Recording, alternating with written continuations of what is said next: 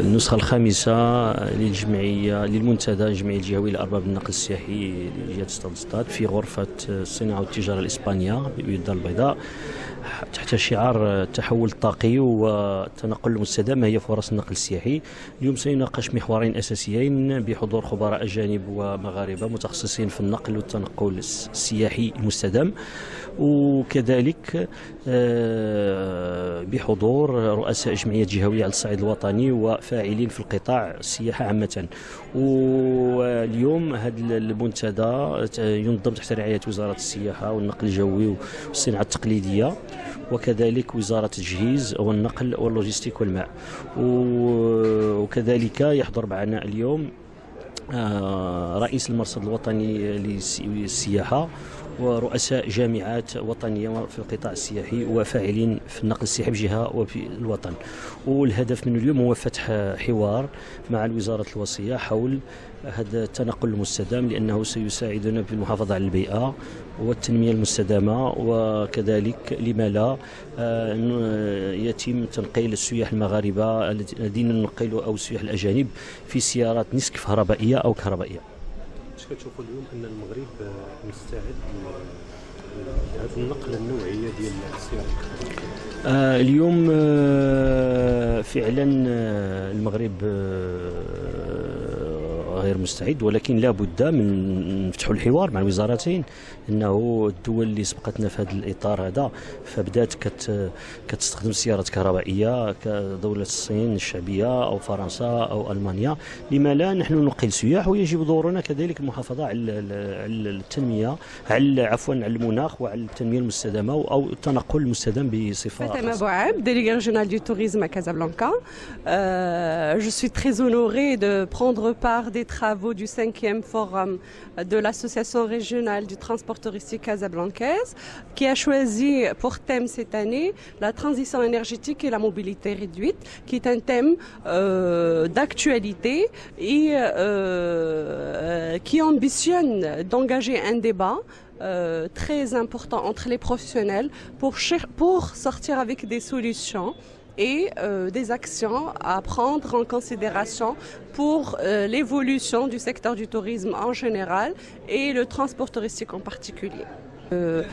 Ce qui est bien dans le secteur du tourisme, c'est qu'il y a une synergie publique-privée depuis toujours et qui a été sentie à travers le changement du cahier de charge depuis 2009-2012 à la version de 2014 et dans lesquels il y a toujours un échange fructueux entre les professionnels du secteur et les ministères du tutelle, bien évidemment.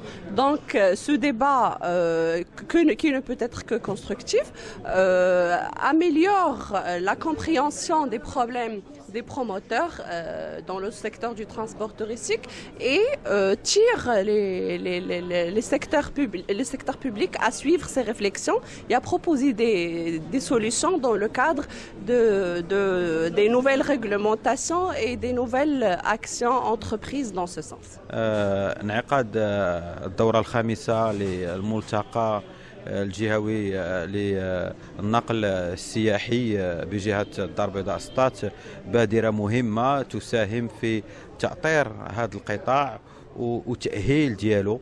واليوم الحمد لله مختلف الورشات واللقاءات التي انعقدت خلال هذا الملتقى ساهمت بشكل إيجابي في تحديد الرؤية بالنسبة للمهنيين اللي لاحظت تفاعل إيجابي ديالهم.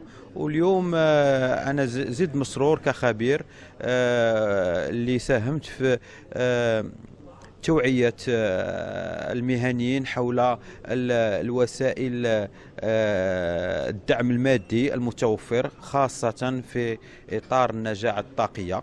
واليوم هذا النجاعة الطاقية رهان مهم بالنسبة للنقل السياحي، واعتقد ان مختلف الفاعلين خصهم يتجندوا باش يرتقيوا بالمقاولة النقلية، وباش تكون هي في المستوى ديال التطلعات لمواكبة الرؤية ديال تطوير قطاع السياحة بالمغرب. En ce qui concerne votre question de mon apparition ici, j'ai été invité et j'ai l'honneur de représenter Daimler au niveau des ventes et du futur de la mobilité dans ce panel très intéressant.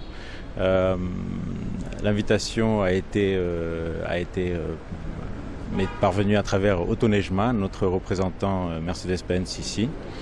Et j'ai l'occasion de présenter le futur de la mobilité tel que nous le voyons, tel que nous voyons la mobilité, le transport des personnes et le transport des biens, non seulement en Europe, aux États-Unis, mais dans le monde entier. Est-ce que vous voyez que le Maroc est prêt à avoir cette technologie? Alors, nous observons deux mouvements en ce moment. Nous avons un mouvement très développé, des pays des villes comme Singapour, aux États-Unis, New York, en Californie, des points de technologie, de haute technologie qui se développent très vite. Donc une direction qui va dans ce sens-là. Et dans l'autre direction, des pays comme en Afrique subsaharienne, où on voit même des technologies qui sont dépassées, ce qu'on appelle en anglais le leapfrogging. Donc on passe d'une technologie en double de vitesse et on passe du stade 0 au stade électrique directement. Donc tout est possible. En ce qui concerne le Maroc, bien sûr, le futur va être l'électrique, toutes les tendances confirment cela, mais pour l'électrique il faut non seulement les produits, il faut aussi l'infrastructure, sans question. Et pour cela c'est sûr que l'État doit aussi accompagner cela. Je peux vous donner un exemple très simple. L'Allemagne, l'État allemand s'était fixé comme objectif d'avoir 1 million de véhicules électriques jusqu'en 2020. Et nous en sommes à 2019 aujourd'hui et nous sommes un peu plus de 10% de cet objectif, ce qui montre même dans les pays développés la difficulté qu'on a à atteindre ces objectifs.